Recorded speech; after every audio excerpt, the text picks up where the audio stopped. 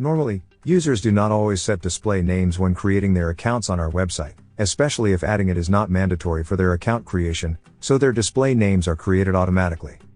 Likewise, when importing users, the display names are automatically created by WordPress using numbers or using the values in the login field, and then you need to copy the first and last names into the display name field.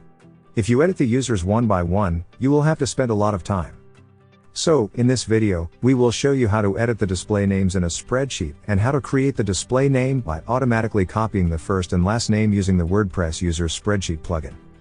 This plugin displays all the user profiles in an intuitive spreadsheet where every row is a user profile and every column is a field. You'll find the link to download the plugin in the description of this video.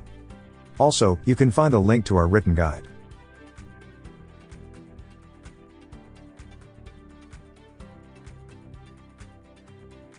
You can quickly edit display names individually directly in the spreadsheet. To do this, just go to the display name column and edit the content there for each user.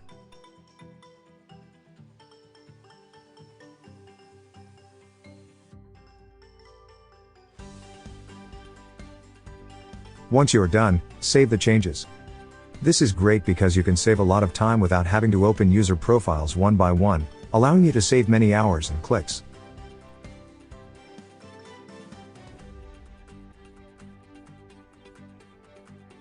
If, on the other hand, you wish to automatically copy the first and last names into the display name, you can easily do so using the Bulk Edit tool.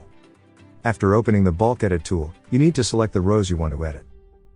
Then, select the display name field. Choose to set the value. And type the first and last name using the placeholders, as you can see here. Lastly, execute and the first and last names will be copied to the displayed name column.